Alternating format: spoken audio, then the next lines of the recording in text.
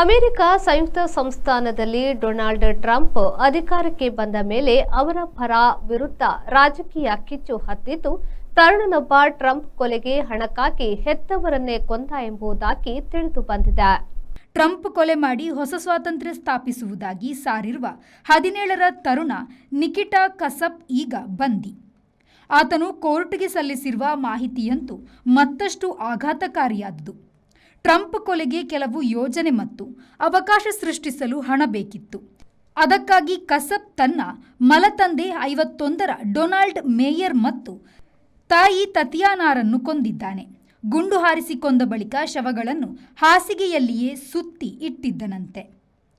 ನಿಕಿಟಾ ಕಸಬ್ನನ್ನು ಕೊಲೆ ಆರೋಪದ ಸಂಬಂಧ ವೋಕೇಸ್ನ ಅವರ ಮನೆಯಿಂದಲೇ ಪೊಲೀಸರು ಬಂಧಿಸಿದ್ದಾರೆ. ತಿಂಗಳ ಹಿಂದೆಯೇ ನಡೆದ ಕೊಲೆ ರಹಸ್ಯ ತೀರಾ ತಡವಾಗಿ ಬೆಳಕಿಗೆ ಬಂದಿದೆ.